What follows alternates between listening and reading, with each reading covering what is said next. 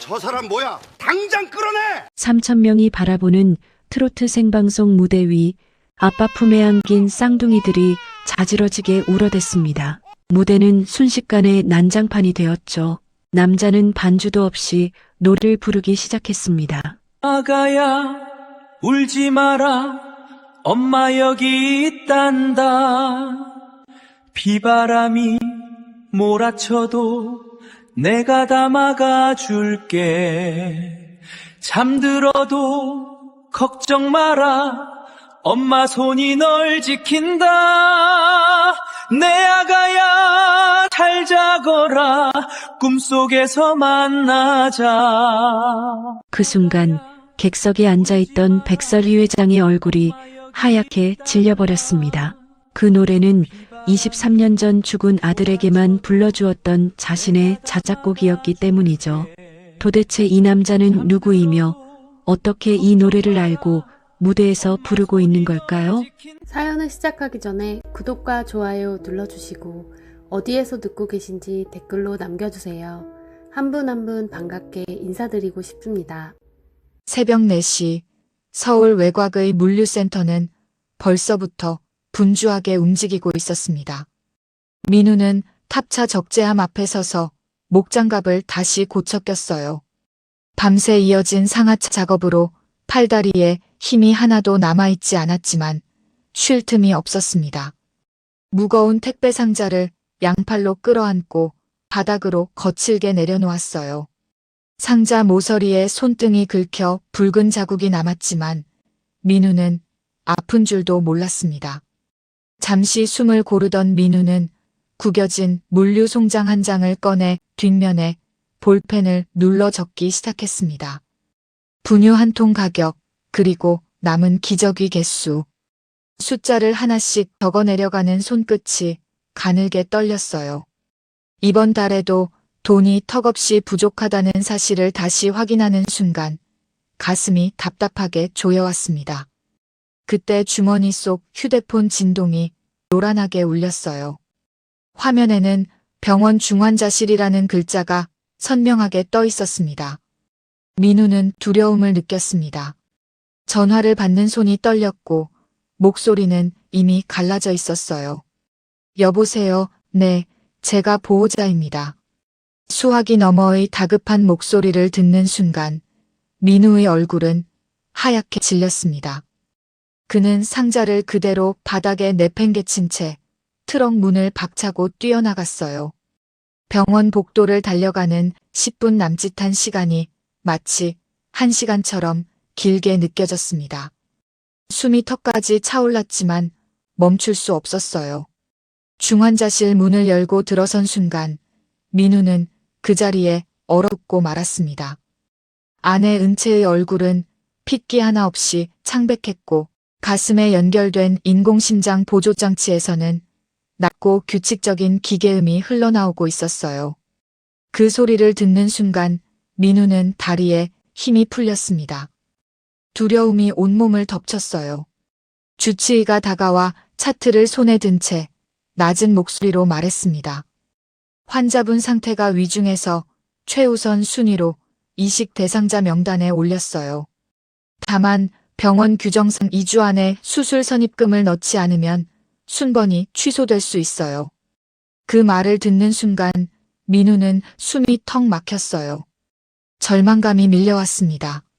수천만 원이라는 큰 돈을 2주 안에 어디서 구해야 할지 눈앞이 깜깜했습니다. 민우는 아무 말도 하지 못한 채 그 자리에 서 있었습니다. 정신을 겨우 붙잡은 민우는 은채의 침대 옆에 섰어요. 링거 바늘이 꽂힌 아내의 마른 손을 두 손으로 감싸 쥐었습니다. 손끝이 가늘게 떨렸어요. 은채가 힘겹게 눈을 떴습니다. 무슨 일 있어?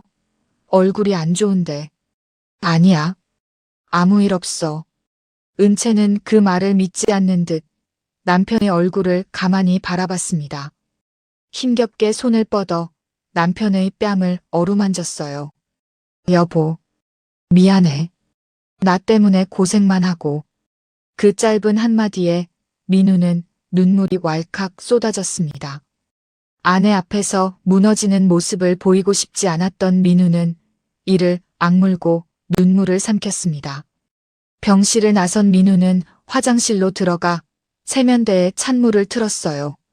두 손으로 얼굴을 거칠게 씻어내렸습니다. 거울 속에는 퉁퉁 부은 얼굴로 자신을 노려보는 남자가 서 있었죠. 아이 둘과 아픈 아내를 두고도 아무것도 해줄 수 없다는 사실에 민우는 자기 자신이 한심하게 느껴졌습니다. 민우는 마지막 희망을 걸고 물류회사 사장 성진에게 전화를 걸었어요. 신호음이 몇 번 울린 뒤 성진이 귀찮다는 듯 전화를 받았습니다.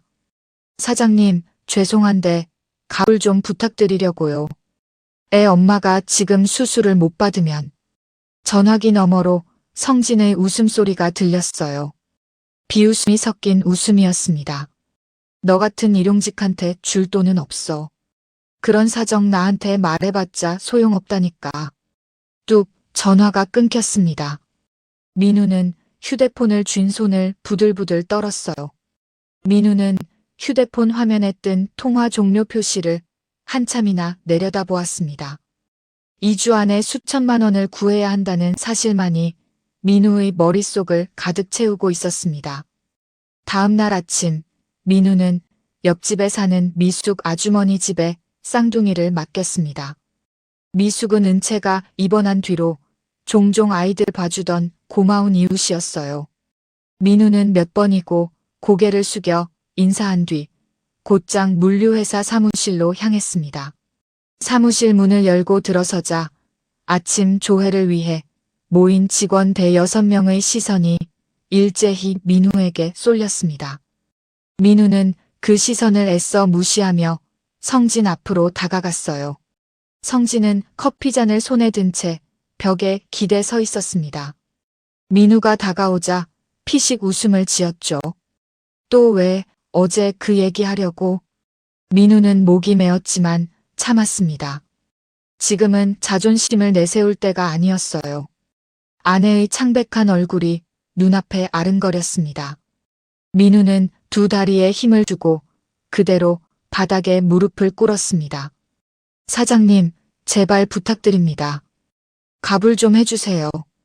돈을 못 구하면 애 엄마 수술이 취소돼요. 제발. 사무실 안이 순간 조용해졌습니다.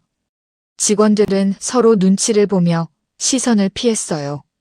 누군가는 헛기침을 했고 누군가는 서류를 뒤적이는 척하며 고개를 숙였습니다. 성진은 그 광경을 즐기듯 천천히 커피를 한 모금 마셨습니다. 그렇게 간절하면 내 앞에서 한 번 더 빌어봐. 머리 숙이고 싹싹 빌면 가불해주는 거 생각은 해볼게. 그 말을 듣는 순간 민우는 수치심에 얼굴이 화끈거렸습니다. 모욕감이 온몸을 휘감았어요. 하지만 아내의 목숨이 걸린 일이었습니다. 민우는 이를 악물고 바닥에 이마를 댔습니다. 차가운 시멘트 바닥의 감촉이 이마에 그대로 전해졌어요. 부탁드립니다. 정말 부탁드립니다. 민우의 목소리가 떨렸습니다. 직원들 몇 명은 참아보지 못하고 등을 돌렸어요. 그 침묵이 민우에게는 더 큰 굴욕으로 다가왔습니다. 성진은 그 모습을 한참 내려다보다가 만족스러운 표정을 지으며 입을 열었습니다. 아, 근데 이번 달 물류 예산을 벌써 다 써버렸네. 미안해서 어쩌나. 성진은 낄낄대며 웃었습니다. 그리고는 대수롭지 않다는 듯 커피잔을 든 채 자리를 떴어요.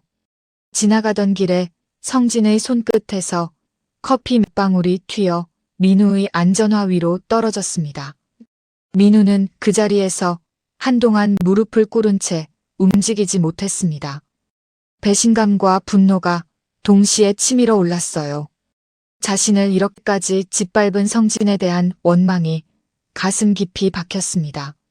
하지만 지금은 화를 낼 시간도 원망할 시간도 없었습니다. 민우는 겨우 몸을 일으켜 사무실을 나섰습니다. 발걸음이 무거웠어요. 아무 소득 없이 시간만 흘려보냈다는 사실에 조급함이 밀려왔습니다. 터덜터덜 걷던 민우는 골목 어귀 식당 앞을 지나게 됐습니다. 가게 안에 걸린 텔레비전에서 낯선 자막이 흘러나오고 있었어요. 트로트 대축제 1등 상금 1억 원. 오늘 밤 12시 접수 마감. 민우는 걸음을 멈췄습니다. 화면을 뚫어져라 바라보는 두 눈에 힘이 들어갔어요. 밤무대에서 노래를 가르치며 몇 년을 버텨온 민우였습니다. 노래라면 자신 있었어요. 오늘 밤까지 신청하지 않으면 기회 자체가 사라진다는 사실에 민우의 심장이 빠르게 뛰기 시작했습니다. 희망이 조금씩 차올랐어요. 민우는 서둘러 미숙의 집으로 향했습니다. 문을 두드리자 미숙이 하준이와 하은이를 아는 채 나왔어요. 아이고, 벌써 왔어요? 분유는 방금 먹였어요. 아주머니, 정말 감사합니다. 오늘도 신세 많이 졌어요. 민우는 미숙에게 몇 번이고 고개를 숙이며 쌍둥이를 건네받았습니다. 하준이가 아빠 얼굴을 보고는 방긋 웃었어요. 그 웃음에 민우는 잠시나마 마음이 놓였습니다. 집으로 돌아온 민우는 아이들을 재운 뒤 휴대폰을 꺼내 들었습니다. 손끝이 떨렸어요. 대회 홈페이지에 접속해 참가 신청서를 채워나가기 시작했습니다. 이름, 나이, 연락처를 적어 내려가는 동안에도 시계는 계속 돌아가고 있었어요. 자정이 가까워질수록 초조함이 커졌습니다. 민우는 마지막 항목까지 확인하고 떨리는 손가락으로 제출 버튼을 눌렀습니다. 접수가 완료됐다는 문구가 화면에 떴습니다. 민우는 그제야 참았던 숨을 길게 내쉬었어요. 안도감이 밀려왔습니다. 화면에는 예선 일정이 함께 떠 있었습니다. 예선 일정, 이틀 뒤 오전 10시. 다음 날 아침, 민우는 평소처럼 하준이와 하은이를 안고 미숙의 집을 찾았습니다. 아주머니, 오늘도 잘 부탁드려요. 그럼요, 걱정 말고 다녀와요. 민우는 아이들을 건네고 돌아서려다 문득 걸음을 멈췄습니다. 내일 있을 예선이 떠올랐어요. 민우는 다시 몸을 돌려 조심스럽게 입을 열었습니다. 아주머니, 죄송한데 내일도 애들 좀 부탁드려도 될까요? 미숙은 곤란한 표정을 지었습니다. 잠시 머뭇거리다 조심스럽게 입을 열었어요. 저기 민우 씨. 그날은 내가 약속이 있어서 어려울 것 같아요. 사실 요즘 계속 애들을 봐드리다 보니 저희 집 양반도 눈치를 좀 주고 그래서요. 민우는 그 말을 듣는 순간 서운함이 밀려왔습니다. 하지만 이해가 안 되는 것도 아니었어요. 지금껏 너무 자주 부탁했다는 걸 민우 자신도 잘 알고 있었습니다. 민우는 애써 웃으며 고개를 끄덕였어요. 아니에요. 그동안 너무 많이 신세졌죠. 걱정 마세요. 미숙의 집을 나선 민우는 골목길에 서서 한참을 멍하니 있었습니다. 막막함이 가슴을 짓눌렀어요. 예선까지 남은 시간은 이제 하루뿐이었습니다. 트로트 대회 예선 당일 아침, 민우는 쌍둥이를 앞으로 안은 채 버스 정류장으로 향했습니다. 버스에 올라타며 시계를 확인했어요. 예선장까지는 넉넉히 도착할 수 있는 시간이었습니다. 민우는 겨우 마음을 놓고 창가 자리에 앉았어요. 하준이와 하은이는 애기띠 안에서 새근새근 잠들어 있었습니다. 버스에서 안내방송이 흘러나왔습니다. 죄송합니다. 도로 사정으로 인해 운행 노선이 일부 변경됩니다. 민우는 미간을 찌푸렸습니다. 뭔가 불길한 예감이 스쳤지만 별일 아니겠거니 생각했어요. 잠시 후 라디오에서 뉴스가 흘러나왔습니다. 원래 예정되어 있던 경로에서 원인을 알 수 없는 대형 사고가 발생해 도로가 전면 통제됐다는 소식이었습니다. 민우는 씁쓸하게 중얼거렸어요. 오늘따라 되는 일이 하나도 없네. 버스는 낯선 골목길을 돌고 돌아 한참을 지체했습니다. 민우는 초조하게 손목시계를 계속 확인했어요. 예선장에 도착했을 때는 이미 진땀이 흐르고 있었습니다. 민우는 서둘러 접수처로 달려갔어요. 접수처 직원이 민우의 참가번호를 조회했습니다. 그런데 화면을 보던 직원의 표정이 이상하게 굳어졌어요. 이상하네요. 접수번호가 조회가 안 되는데요. 민우는 심장이 철렁 내려앉았습니다. 두려움이 온몸을 휘감았어요. 분명 며칠 전 접수를 마쳤고 확인 문자까지 받았는데 시스템에 기록이 없다니 도무지 이해할 수 없었습니다. 민우는 휴대폰을 꺼내 확인 문자를 보여주며 사정했어요. 저 분명히 접수했습니다.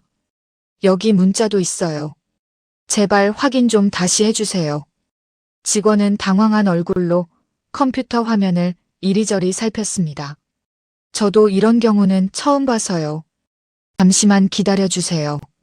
민우는 애가 탔습니다. 벽에 걸린 시계를 올려다보니 마감까지 20분밖에 남지 않았어요. 초조함이 목까지 차올랐습니다. 직원이 다른 직원을 불러 상황을 설명하는 사이 시간은 계속 흘러갔습니다. 민우는 더는 기다릴 수 없었어요. 제가 직접 심사위원분들께 말씀드려 보겠습니다. 민우는 접수처를 뛰쳐나갔습니다. 쌍둥이를 앞으로 꽉 끌어안은 채 예선장을 향해 달리기 시작했어요. 숨이 턱까지 차올랐고 다리가 후들거렸습니다. 그래도 멈출 수 없었어요. 하준이와 하은이가 흔들림에 놀라 칭얼거리기 시작했습니다. 아빠가 미안해. 조금만 참아줘. 민우는 아이들을 다독이며 계속 달렸습니다. 폐가 찢어질 듯 아팠지만 발을 멈추지 않았어요. 온몸이 땀으로 젖고 먼지가 뒤덮였지만 신경 쓸 겨를이 없었습니다. 오직 대회장 문 하나만 보고 달렸어요. 예선장 안에서는 심사위원들이 자리에서 일어나고 있었습니다. 더 이상 참가자가 없는 것 같으니 이만 마감하겠습니다. 그 말이 끝나기 무섭게 예선장 문이 쾅 소리를 내며 열렸습니다. 심사위원들의 시선이 일제히 문 쪽으로 쏠렸어요. 땀과 먼지로 범벅이 된 채 숨을 헐떡이며 서 있는 민우가 보였습니다.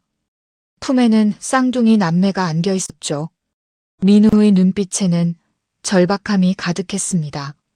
저도 참가할 수 있게 해주십시오. 심사위원들은 서로 얼굴을 마주 보았습니다. 잠시 정적이 흘렀어요. 이내 한 심사위원이 고개를 끄덕였습니다. 좋습니다. 마지막으로 기회를 드리죠. 대신 지금 바로 시작하셔야 합니다. 민우는 가쁜 숨을 몰아쉬며 무대 위로 올라갔습니다. 마이크를 손에 쥔 손이 떨렸어요.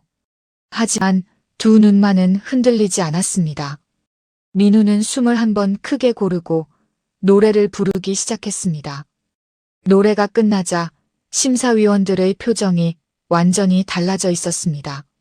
몇 명은 감탄한 얼굴로 서로를 바라봤어요. 심사위원장이 마이크를 내려놓으며 말했습니다. 수고하셨습니다. 결과는 오늘 안으로 개별 문자 통보해드리겠습니다. 민우는 정중히 인사를 하고 무대에서 내려왔습니다. 붙었는지 떨어졌는지 알 수 없는 상태로 예선장을 나서려니 발걸음이 떨어지지 않았어요. 초조함이 가슴을 계속 짓눌렀습니다. 민우는 쌍둥이를 다독이며 버스 정류장으로 향했습니다. 휴대폰 화면을 몇 번이나 켰다 껐다 반복했어요. 버스에 올라 자리에 앉은 지 얼마 지나지 않아 휴대폰이 짧게 울렸습니다. 민우는 심장이 쿵 내려앉는 기분으로 화면을 확인했어요. 문자 한 통이 도착해 있었습니다. 축하드립니다. 본선 진출자로 선정되셨습니다. 민우는 그 자리에서 숨을 크게 내쉬었습니다. 안도감과 함께 참았던 눈물이 왈칵 쏟아졌어요. 품 안의 쌍둥이를 꼭 끌어안으며 민우는 창밖을 향해 낮게 고개를 숙였습니다. 본선 진출 소식을 들은 지 며칠이 지났습니다. 민우는 틈틈이 병원을 오가며 은채의 곁을 지켰어요. 은채는 인공심장 이식 수술을 기다리며 하루하루를 버티고 있었습니다. 그날도 민우는 면회 시간에 맞춰 병원을 찾았어요. 복도에서 주치의와 마주친 순간 민우는 심상치 않은 기운을 느꼈습니다. 주치의의 표정이 평소보다 훨씬 무거웠어요. 주치의는 민우를 조용한 곳으로 이끌었습니다. 환자분 상태가 생각보다 빠르게 나빠지고 있어요. 솔직히 말씀드리면 3개월을 넘기기 어려울 수도 있습니다. 민우는 그 자리에서 주저앉았습니다. 절망감이 온몸을 덮쳤어요. 다리에 힘이 풀려 벽을 짚어야 했습니다. 3개월을 넘기기 어려울 수도 있다는 주치의의 말이 귓가에 계속 맴돌았어요. 민우는 목이 메어 아무 대답도 하지 못했습니다.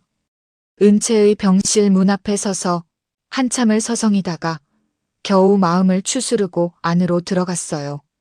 은채 앞에서는 절대 무너진 모습을 보이지 않겠다고 스스로에게 다짐했습니다. 며칠 뒤 마침내 트로트 대회 본선 당일이 되었습니다. 오늘도 아이들을 맡길 곳이 없었어요. 민우는 어쩔 수 없이 하준이와 하은이를 애기띠에 안은 채 방송국으로 향했습니다. 대기실에 들어서자 스태프 한 명이 다가와 민우를 위아래로 훑어봤습니다. 저기요, 참가자분. 무대에 갓난아기 데리고 올라가시면 안 되는데요. 민우는 당황했습니다. 사정을 설명하려 했지만 스태프의 표정은 단호했어요. 애 봐줄 사람 없으세요? 이거 생방송이라서 문제 생기면 진짜 큰일 나요. 민우는 초조해졌습니다. 순서는 이제 10분도 남지 않았어요. 그때 마침 지나가던 여자 스태프 한 명이 상황을 보고 다가왔습니다. 제가 잠깐 봐드릴게요. 순서 끝날 때까지만요. 민우는 그 말에 안도했습니다. 감사 인사를 하며 하준이를 먼저 여자 스태프 품에 안겨주려 했어요. 그런데 낯선 사람의 손길을 느낀 하준이가 자지러지게 울기 시작했습니다. 하은이도 덩달아 울음을 터뜨렸어요. 여자 스태프가 아무리 어르고 달래도 두 아이의 울음은 그치지 않았습니다. 아이들이 낯을 많이 가리네요. 저한테는 안 되겠어요. 민우는 시계를 확인했습니다. 순서까지 이제 몇 분 남지 않았어요. 더는 방법이 없었습니다. 민우는 여자 스태프에게 고개를 숙여 인사하고 다시 두 아이를 품에 안았습니다. 죄송합니다. 그냥 제가 안고 올라가겠습니다. 무대 옆에서 상황을 지켜보던 무대 감독이 그 모습을 보고 인상을 찌푸렸습니다. 지금 뭐 하시는 거예요? 애를 안고 무대에 오르겠다고요? 이게 말이 됩니까? 민우는 고개를 숙였습니다. 죄송합니다. 아이를 맡길 곳이 없어서. 무대 감독은 한숨을 내쉬며 시계를 봤습니다. 이미 순서를 미룰 시간도 없었어요. 아, 몰라요. 알아서 하세요. 사고 나면 책임 못 집니다. 민우는 아이들을 품에 꼭 안은 채 무대 옆으로 걸어갔습니다. 심장이 세차게 뛰었어요. 사회자의 소개 목소리가 울려 퍼졌습니다. 민우는 심호흡을 하고 무대 중앙으로 걸어 나갔어요. 객석을 가득 채운 관객들의 시선이 일제히 쏠렸습니다. 몇몇 관객은 아이를 안고 있는 민우를 보고 수근거렸어요. 바로 그 순간 음향실에서는 다른 일이 벌어지고 있었습니다. 스피커에서 흘러나온 반주는 민우가 준비한 곡이 아니었어요. 전혀 다른 낯선 댄스 음악이었습니다. 민우는 당황해서 그 자리에 우뚝 멈춰 섰습니다. 야, 저 사람 뭐야? 왜 갓난애를 안고 있어? 당장 끌어내. 음향실에서 무대를 지켜보던 PD가 무전기를 붙잡고 소리쳤습니다. 반주도 당장 꺼. 음향실에서 서둘러 음악을 끄려 했지만 손이 꼬였는지 오히려 스피커에서 귀를 찢는 듯한 날카로운 굉음이 울려 퍼졌습니다. 객석 여기저기서 비명 같은 탄식이 터졌어요. 민우 품에 안겨있던 하준이와 하은이가 그 소리에 놀라 자지러지게 울기 시작했습니다. 객석 뒤쪽에서 누군가 야유를 던졌어요. 도대체 왜 이런데 갓난아기를 데리고 온 거야? 민우는 순간 눈앞이 하얘졌습니다. 당혹감이 밀려왔어요. 그 순간 병상에 누워있는 아내 은채의 창백한 얼굴이 번개처럼 스쳐 지나갔습니다. 여기서 무너지면 아내는 수술조차 받지 못하게 되는 상황이었죠. 아내를 살려야 한다는 처절한 절박함이 민우의 핏줄을 타고 흘렀습니다. 지금 중요한 건 무슨 수를 써서라도 이 무대를 끝마치는 것뿐이었어요. 민우는 이를 꽉 물고 마음을 가라앉혔습니다. 굉음이 사라진 자리에 기괴한 정적이 흘렀고 민우는 아이들을 품에 꼭 끌어안았습니다. 눈물이 차올랐지만 애써 삼켰어요. 그리고 반주도 없이 오직 목소리 하나로 죽어가는 아내를 향한 간절함을 담아 노래를 시작했습니다. 아가야 울지 마라 엄마 여기 있단다 비바람이 몰아쳐도 내가 다 막아줄게 잠들어도 걱정 마라 엄마 손이 널 지킨다 내 아가야 잘 자거라 꿈속에서 만나자. 민우의 목소리가 공연장 천장까지 울려 퍼졌습니다. 처음엔 웅성거리던 객석이 서서히 조용해지기 시작했어요. 아이들도 아빠의 목소리를 듣고는 조금씩 울음을 그쳤습니다. 민우는 눈을 감고 노래를 한 소절 한 소절 진심을 담아 불렀어요. 목소리가 떨렸지만 멈추지 않았습니다. 노래가 이어질수록 공연장 안은 완전한 정적에 휩싸였습니다. 3,000명이 넘는 관객들이 숨소리조차 죽인 채 무대를 바라봤어요. 몇몇 관객은 자신도 모르게 눈시울을 붉혔습니다. 민우는 그 순간만큼은 모든 걸 잊고 오직 아내와 아이들만을 생각하며 노래에 온 마음을 실었어요. 객석 가장 앞줄 VIP석 정중앙에는 백설이 회장이 앉아 있었습니다. 5성그룹을 이끄는 총괄 회장으로서 자선행사 후원자 자격으로 참석한 자리였어요. 민우의 노래가 시작되는 순간 백설이 회장의 눈동자가 흔들리기 시작했습니다. 첫 소절이 귀에 들어오는 순간 심장이 세차게 뛰기 시작했어요. 백설이 회장은 몸을 앞으로 기울였습니다. 두 눈을 크게 뜨고 무대 위 남자를 뚫어져라 바라봤어요. 그 노래는 세상 어디에도 알려진 적 없는 노래였습니다. 23년 전 백설이 회장이 아들에게 매일 밤 불러주던 노래였어요. 방송으로도 음반으로도 나온 적 없는 오직 모자 둘만 아는 노래였습니다. 그녀는 그 사실을 누구보다 잘 알고 있었어요. 저 노래는 백설이 회장의 입에서 낮은 목소리가 새어나왔습니다. 손이 가늘게 떨리기 시작했어요. 쥐고 있던 생수병이 소나귀에서 힘없이 빠져나가 바닥으로 툭 떨어졌습니다. 병 안에 남아있던 물이 쏟아지며 그녀의 구두 주변으로 번져나갔어요. 백설이 회장은 물이 쏟아지고 있다는 것도 알아채지 못했습니다. 노래가 이어질수록 백설이 회장의 눈에서는 눈물이 걷잡을 수 없이 흘러내리기 시작했습니다. 가슴이 미친 듯이 뛰었어요. 23년 동안 가슴에 묻어두었던 그리움이 한꺼번에 터져나왔습니다. 백설이 회장은 자리에서 반쯤 일어났어요. 두 손으로 입을 틀어막았지만 울음소리가 새어나오는 걸 막을 수 없습니다. 저 노래를, 저 남자가 어떻게... 옆자리에 앉아있던 그녀의 남편 조명재가 그 모습을 보고 당황한 얼굴로 백설이 회장을 돌아봤습니다. 여보, 왜 그래요? 갑자기 왜 이래요?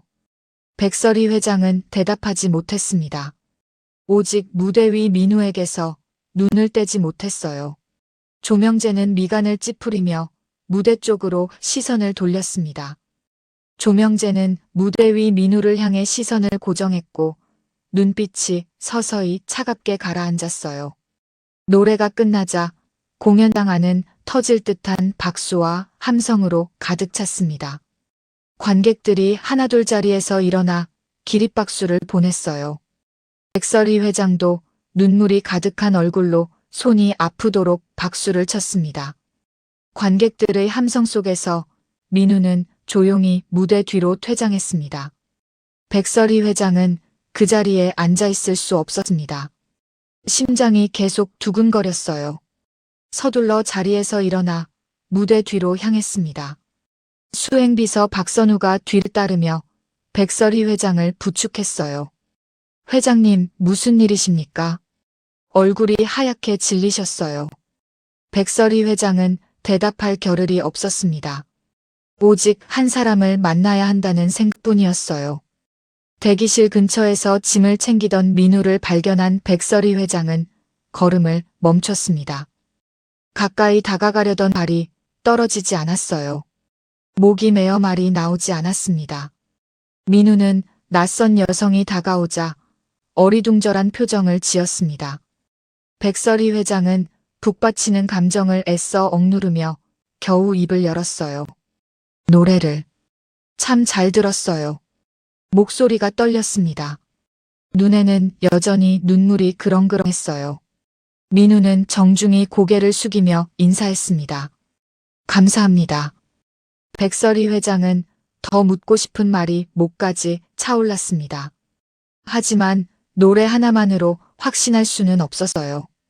백설이 회장은 애써 미소를 지으며 민우를 돌려보낼 수밖에 없습니다. 민우가 쌍둥이를 안고 대기실 밖으로 사라지는 뒷모습을 그녀는 눈을 떼지 못한 채 오래도록 바라봤어요. 민우가 시야에서 완전히 사라지자 그녀는 그제야 참았던 눈물을 다시 쏟아냈습니다. 박 비서가 조심스럽게 다가와 손수건을 건넸어요. 백설이 회장은 손수건을 받아들고도 한참을 울음을 멈추지 못했습니다. 겨우 진정한 백설이 회장은 박 비서를 향해 낮고 떨리는 목소리로 말했습니다. 박 비서, 저 사람 뒷조사 좀 해줘요. 조용히, 아주 은밀하게. 박 비서는 회장의 심상치 않은 표정에 곧바로 고개를 끄덕였습니다. 네, 회장님. 바로 알아보겠습니다. 백설이 회장은 박 비서가 자리를 뜬 뒤에도 한참을 그 자리에 서 있었습니다. 가슴이 쿵쾅거려 진정되지 않았어요. 23년 전 그날 놀이동산에서 놓쳐버린 작은 손의 감촉이 아직도 손끝에 생생하게 남아있는 것만 같았습니다. 백설이 회장의 밀명을 받은 박 비서는 그날부터 곧바로 움직이기 시작했습니다. 전직 기자 출신답게 박 비서는 신중하면서도 집요하게 조사에 나섰어요. 우선 민우가 어떤 사람인지 파악하기 위해 신상 정보를 훑고 평소 동선을 살피기 시작했습니다. 며칠간 민우 주변을 지켜보던 박 비서는 이상한 낌새를 느꼈습니다. 민우가 사는 동네 어귀에 낯선 차량 한 대가 계속 서 있었어요. 처음엔 우연이라 생각했지만 그 다음 날도 같은 차량이 같은 자리에 있었습니다. 박 비서는 심장이 철렁했습니다. 누군가 이미 오래전부터 민우를 감시하고 있다는 확신이 들었어요. 박 비서는 그 차량의 번호판을 조회했습니다. 차명은 위장이었지만 렌트 계약서를 추적하니 실제 사용자와 연결된 회사 하나가 나왔어요. 박 비서는 화면 속 회사명을 확인하는 순간 온몸이 얼어붙었습니다. 그 회사는 조명재가 사장으로 있는 계열사의 보안 관리를 맡고 있는 하청업체였습니다. 박 비서는 손이 떨렸습니다. 두려움과 함께 믿기 힘든 충격이 밀려왔어요. 그들이 도대체 왜 민우를 감시하고 있었는지 도무지 이해할 수 없었습니다. 박 비서는 더 깊이 파고들기로 결심했습니다. 박 비서는 오랜 인맥을 동원해 조명재의 개인 자금 흐름을 조용히 추적하기 시작했습니다. 여러 겹의 차명 계좌를 하나씩 뚫고 들어가는 작업은 쉽지 않았어요. 몇 번의 실패 끝에 박 비서는 결국 조명재 명의의 비밀 계좌 하나를 찾아냈습니다. 계좌 내역을 확인하던 박 비서의 손이 부들부들 떨렸어요. 23년 동안 매달 같은 날짜에 같은 남자에게 거액이 송금되고 있었습니다. 박 비서는 그 남자의 시험부터 조회했습니다. 과거 이력을 파다 보니 예사롭지 않은 사실이 드러났어요. 그 남자는 23년 전 백설희 회장의 아들 준우가 실종됐을 당시 유력한 용의자로 조사를 받았던 인물이었습니다. 하지만 뚜렷한 증거가 나오지 않아 결국 풀려났고 사건은 그대로 미제로 남았었습니다. 박 비서는 그 자리에 굳어버렸습니다. 소름이 끼쳤어요. 단순한 우연이라고 하기에는 모든 정황이 너무 정확하게 맞아떨어졌습니다. 한때 경찰 조사까지 받았던 용의자에게 23년간 매달 거액이 흘러갔다는 그 사실에 박 비서의 머릿속에 한 가지 생각이 스치고 지나갔어요. 이건 단순한 사고가 아니라 의도적으로 아이를 빼돌린 유괴였을지도 모른다.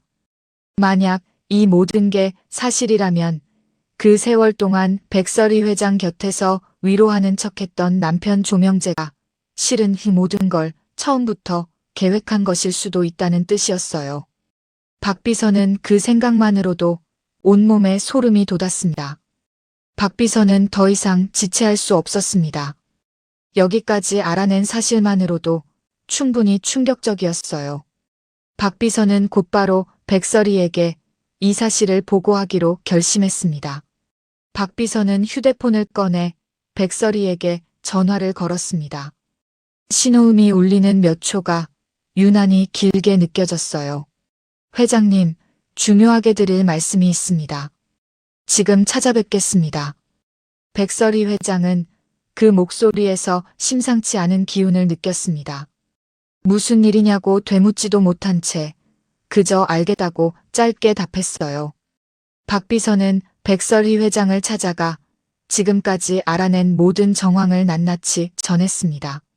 감시 차량, 조명재 계열사와의 연결, 23년간 이어진 정기 송금, 그리고 그 돈을 받은 남자가 아들 실종 당시 용의자였다는 사실까지.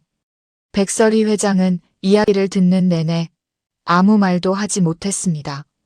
손끝이 파르르 떨렸어요.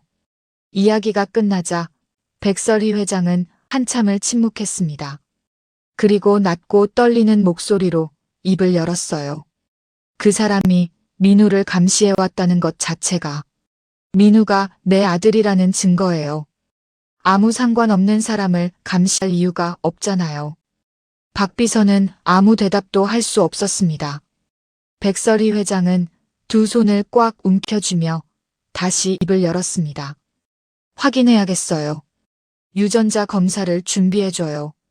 그리고 나는 그 사람 서재를 좀 살펴봐야겠어요. 박 비서는 놀란 얼굴로 백설희 회장을 바라봤습니다. 회장님, 위험할 수 있습니다. 제가 대신. 백설희 회장은 단호하게 고개를 저었습니다. 아니에요. 이건 내가 직접 확인해야 하는 일이에요. 백설희 회장의 눈빛에는 흔들림이 없었습니다. 23년을 기다려온 진실이 손에 닿을 듯 가까이 와 있었어요. 백설희 회장은 그 밤 남편이 출장으로 집을 비운다는 사실을 이미 알고 있었습니다. 밤이 깊어지자 대저택은 고요해졌습니다. 백설희 회장은 침실을 나와 복도를 걸었습니다. 심장이 세차게 뛰었어요. 남편의 서재 앞에 선 그녀는 잠시 숨을 고르고 문을 열었습니다. 서재 안은 평소와 다름없이 정갈했습니다. 백설희 회장은 책상 서랍부터 하나씩 열어봤어요. 별다른 것은 나오지 않았습니다. 백설희 회장은 책장 뒤편 남편이 유독 신경 써서 가려두던 벽면으로 다가갔어요. 그림 액자를 옆으로 밀자 그 뒤로 작은 금고 하나가 드러났습니다. 백설이 회장은 숨을 멈췄습니다. 손끝이 떨렸어요. 여러 숫자를 하나씩 눌러봤지만 금고는 열리지 않았습니다. 마지막으로 백설희 회장은 남편의 생일을 거꾸로 눌러봤어요. 철컥 금고 문이 열렸습니다. 금고 안가장 위에는 낡은 서류 봉투 하나가 놓여 있었습니다. 백설희 회장은 떨리는 손으로 봉투를 열었어요. 보육원 명의로 작성된 사망 확인서였습니다. 백설희 회장은 그 서류를 읽어내려가다 손이 부들부들 떨렸습니다. 준우가 이미 오래전에 사망했다는 내용의 위조된 서류였습니다. 백설희 회장은 그 자리에서 숨이 멎는 것 같았습니다. 분노가 치밀어 올랐어요. 매년 납골당을 찾아가 눈물 흘렸던 지난 세월이 전부 남편이 꾸며낸 거짓 위에서 이루어진 일이었다는 사실에 그녀는 숨쉬기조차 힘들었습니다. 어떻게, 이걸 어떻게, 목소리가 갈라졌습니다. 백설희 회장은 서류를 움켜쥔 손에 힘을 주었어요. 손톱이 손바닥을 파고들었습니다. 그때 금고 안쪽에 빛바랜 사진첩이 들어왔어요. 백설희 회장은 떨리는 손으로 사진첩을 꺼내 펼쳤습니다. 보육원 마당에서 뛰노는 어린아이의 사진이었습니다. 백설희 회장은 그 얼굴을 보는 순간 숨이 멎는 것 같았습니다. 자신의 아들 준우였습니다.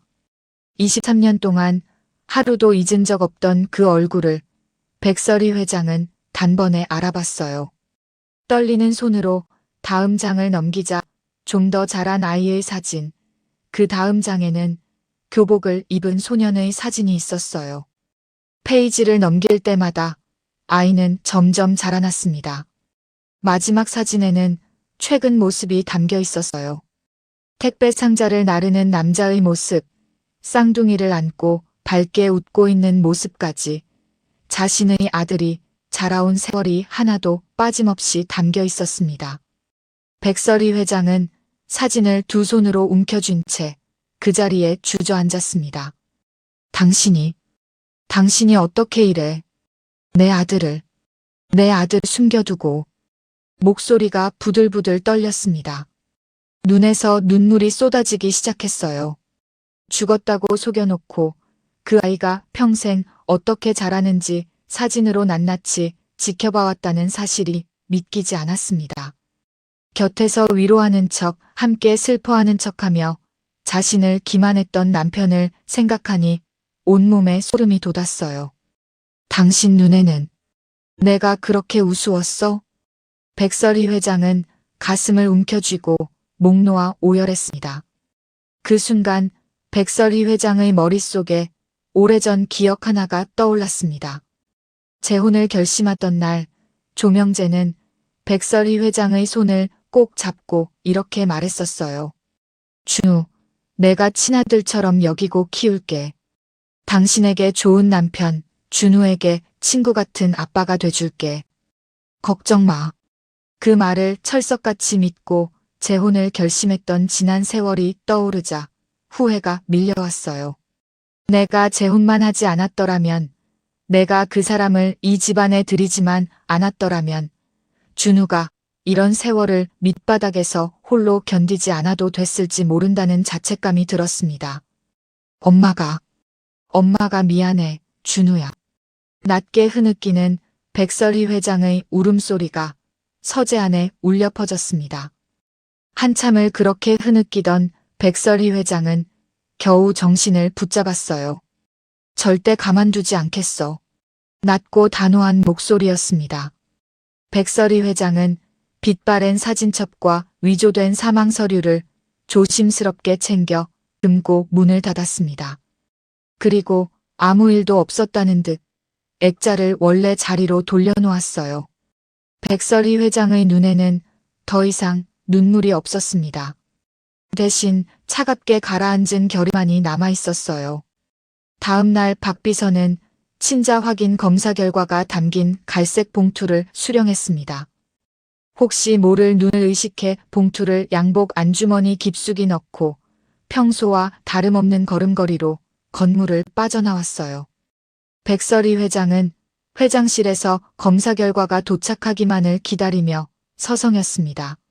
손에는 23년 전 준우의 어릴 적 사진이 쥐어져 있었어요. 문이 열리고 박 비서가 들어서자 백설이 회장은 말없이 손을 내밀었습니다.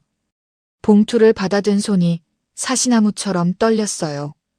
백설이 회장은 봉투를 열지 못하고 한참을 망설였습니다.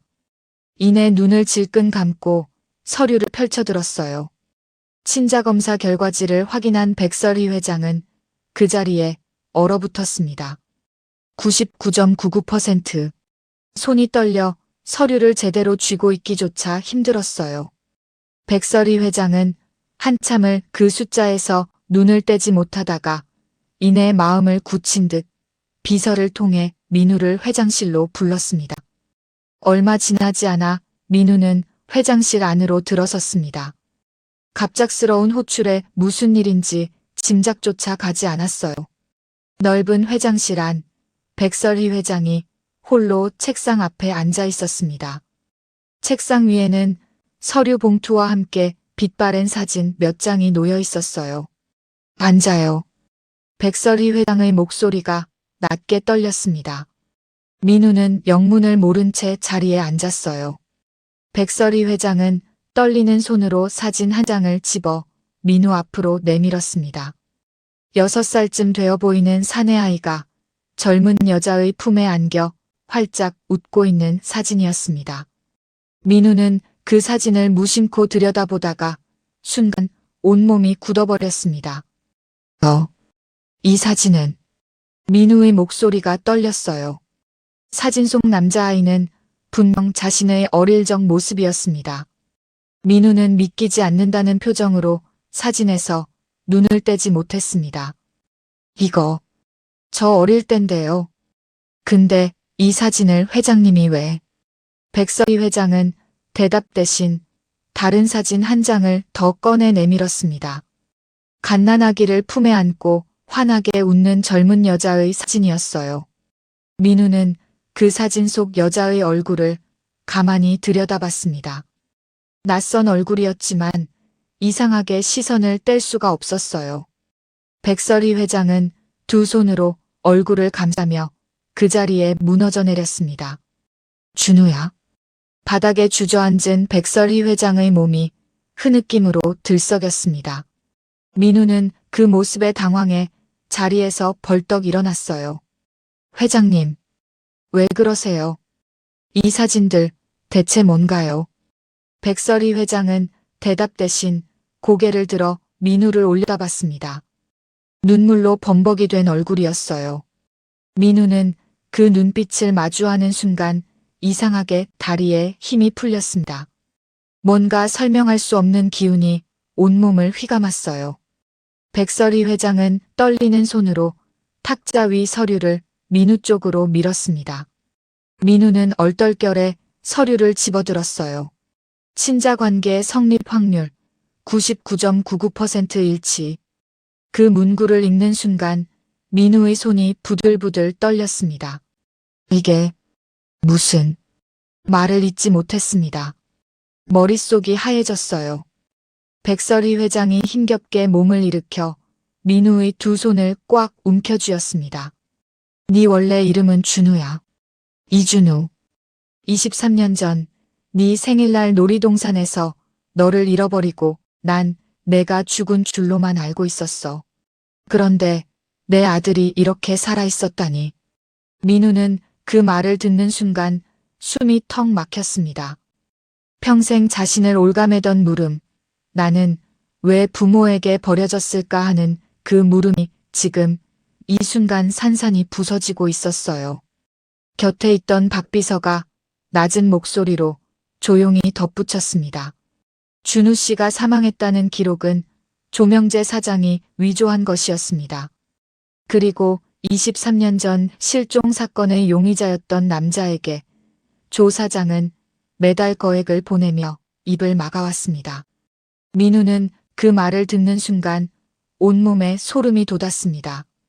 자신이 평생 버림받았다고 믿어온 그 상처가 사실은 누군가 의도적으로 만들어낸 거짓이었다는 사실에 분노가 치밀어 올랐어요. 동시에 그 분노 밑으로 무언가 뜨거운 것이 가슴 깊은 곳에서부터 차올랐습니다. 저는 버려진 게 아니었네요. 민우의 목소리가 떨렸습니다. 눈에서 눈물이 왈칵 쏟아졌어요. 평생 가슴 한쪽에 박혀있던 원망의 돌덩이가 그 순간 눈 녹듯 사라지는 것을 민우는 느꼈습니다. 백설이 회장은 아들의 얼굴을 두 손으로 감싸쥐었습니다. 미안해, 정말 미안해. 널 지켜주지 못해서 정말 미안해. 그리고 네 아내 수술비는 이제 걱정하지 마. 병원에도 다 얘기해뒀으니까 이식 수술도 최대한 빨리 받게 될 거야. 민우는 그 말에 다시 한번 울컥했습니다. 그동안 짊어지고 있던 무게 하나가 내려앉는 기분이었어요.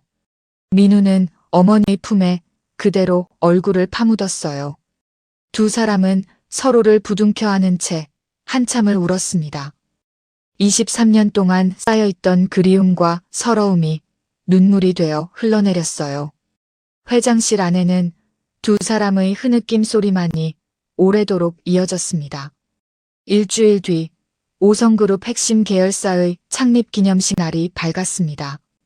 조명재는 대기실 거울 앞에 서서 넥타이를 고쳐 매고 있었어요. 얼굴에는 여유로운 미소가 가득했습니다. 백설이 회장은 평소와 다름없이 행동했습니다. 조명재는 그런 아내에게 조금의 의심도 품지 못한 채 오늘이 자신의 입지를 더욱 굳히는 축제의 날이라고만 여기고 있었습니다. 조명재는 손에 든 연설문을 훑어보며 흡족한 표정을 지었습니다. 같은 시각 병원 복도에서는 주치의가 굳은 얼굴로 민우를 찾아왔습니다. 보호자분, 드릴 말씀이 있습니다. 민우는 불길한 예감에 심장이 철렁 내려앉았습니다. 주치의는 차마 말을 잇지 못하다가 겨우 입을 열었어요. 오늘 예정됐던 수술이 취소됐습니다. 민우는 그 자리에서 다리에 힘이 풀렸습니다. 절망감이 온몸을 덮쳤어요. 그게 무슨 말씀이세요? 갑자기 왜요? 주치의는 곤란한 표정으로 고개를 저었습니다. 저도 위에서 내려온 지시라 자세한 이유는 잘 모르겠습니다. 죄송합니다. 민우는 그 자리에 주저앉을 뻔했습니다. 두 손으로 머리를 감싸 쥐었어요. 여기까지 오는데 얼마나 힘들었는지 그 모든 시간이 한순간에 무너지는 것 같았습니다. 민우는 복도 벽에 등을 기댄 채 터져나오는 울음을 참지 못했습니다. 왜 하필 지금? 낮은 울음소리가 복도에 퍼졌습니다. 민우는 주먹으로 벽을 내리쳤어요.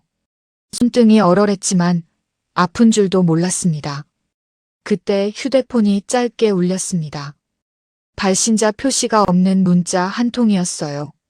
민우는 떨리는 손으로 화면을 확인했습니다. 당장 한국을 떠난다고 약속해. 약속한다면 내 아내 수술은 예정대로 진행될 거다. 민우는 그 문자를 읽는 순간 울음을 뚝 그쳤습니다. 온몸에 소름이 돋았어요. 슬픔은 순식간에 분노로 바뀌었습니다. 손이 부들부들 떨렸습니다. 민우는 곧바로 백설이 회장에게 전화를 걸었습니다. 어머님, 갑자기 은체 수술이.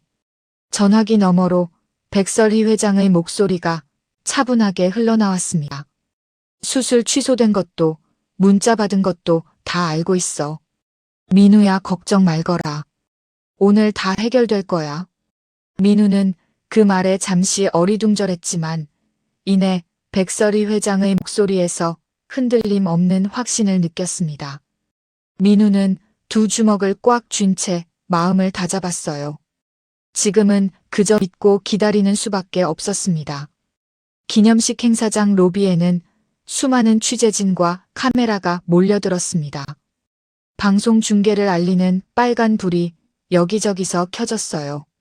조명재는 무대 중앙으로 걸어나가며 자신만만한 미소를 지었습니다.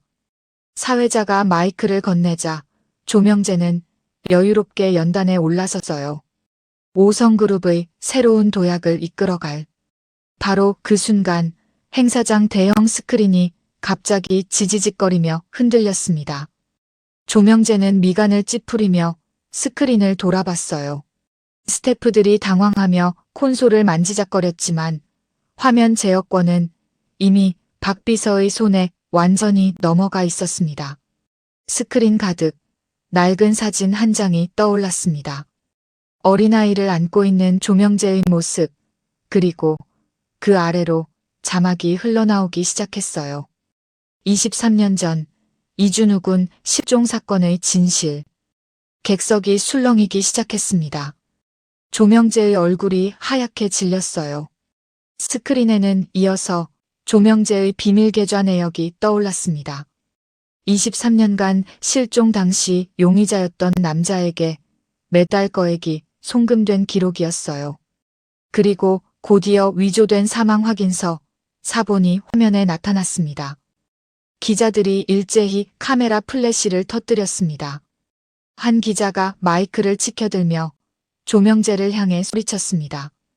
조명재 사장님, 지금 화면에 뜬 내용이 사실입니까? 또 다른 기자도 다급하게 질문을 던졌습니다. 이준욱은 실종 사건의 범인이 본인인 거 인정하십니까? 조명재는 그 자리에서 얼어붙었습니다. 등줄기에 식은땀이 흘렀어요. 아무 대답도 하지 못한 채 입술만 파르르 떨었습니다. 도대체 누가, 어떻게 이 모든 걸 알아낸 건지 머릿속이 하얘졌습니다. 조명재는 다급하게 무대 아래를 향해 소리쳤습니다. 당장 저 화면 꺼. 뭐 하는 거야? 그때 조명재는 객석 맨 앞줄에 서 있는 아내를 발견했습니다.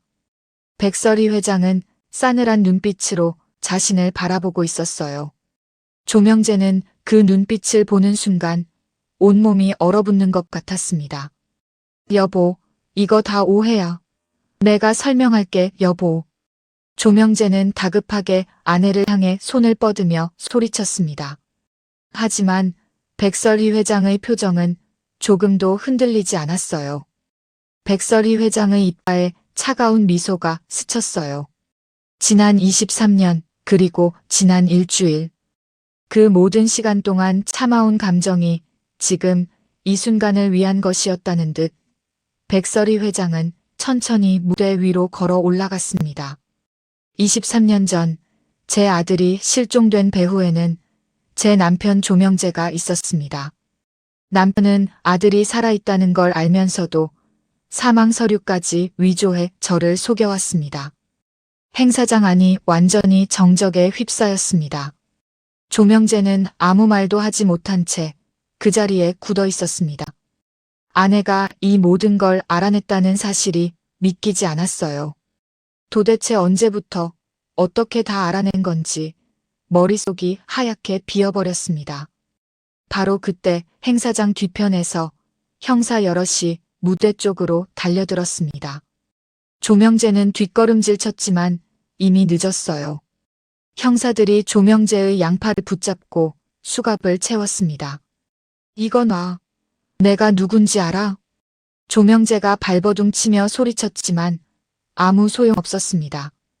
기자들의 카메라 플래시가 쉴 새 없이 터졌습니다. 조명재가 형사들에게 끌려나가는 모습이 생방송 화면을 통해 전국으로 퍼져나갔어요. 한편 병원에서는 수술이 예정대로 다시 진행되고 있었습니다. 백설이 회장이 긴급하게 투입한 최고 권위의 의료진이 은채의 인공심장 이식 수술을 집도했어요. 민우는 수술실 밖 의자에 앉아 몇 시간째 초조하게 기다리고 있었습니다. 마침내 수술실 문이 열리고 의사가 마스크를 벗으며 걸어 나왔습니다. 수술 잘 끝났습니다. 민우는 그 말을 듣는 순간 다리에 힘이 풀려 그대로 의자에 주저앉았습니다. 안도감이 온몸을 감쌌어요. 참았던 눈물이 왈칵 쏟아졌습니다. 민우는 두 손으로 얼굴을 감싸준 채 한참을 흐느꼈어요. 뒤이어 의료진이 침대에 누운 은채를 밀고 중환자실 쪽으로 향했습니다. 은채는 아직 마취에서 깨어나지 못한 채 눈을 감고 있었어요. 민우는 그 옆을 따라 걸으며 아내의 손을 살며시 잡았습니다. 손끝에 온기가 느껴지는 순간 민우의 눈에서 눈물이 왈칵 쏟아졌습니다. 고생했어. 정말 고생 많았어. 민우의 목소리가 떨렸습니다. 비록 아내는 아직 잠들어 있었지만 이제는 살아서 곁에 있다는 사실 하나만으로 충분했습니다. 민우는 아내의 손을 꼭 쥔 채 중환자실 문이 닫힐 때까지 그 자리를 떠나지 못했습니다. 창립기념식 사건은 다음 날 모든 뉴스의 첫머리를 장식했습니다. 기자들은 백설이 회장의 숨겨진 아들이 누구인지 캐기 시작했고 그 사람이 트로트 대회 본선 진출자 민우였다는 사실이 삽시간에 퍼져나갔습니다. 인터넷에는 다양한 반응이 쏟아졌습니다. 그 중에는 재벌가 아들이니 특혜를 받는 것 아니냐는 날선 의혹도 적지 않았어요. 민우는 그 기사들을 보며 마음이 무거워졌습니다. 자신이 노력해서 여기까지 온 시간들이 오해받는 게 억울했어요. 민우는 방송사에 직접 연락을 넣었습니다. 심사위원 점수는 필요 없습니다. 오직 전국민 실시간 문자 투표로만 평가받고 싶습니다.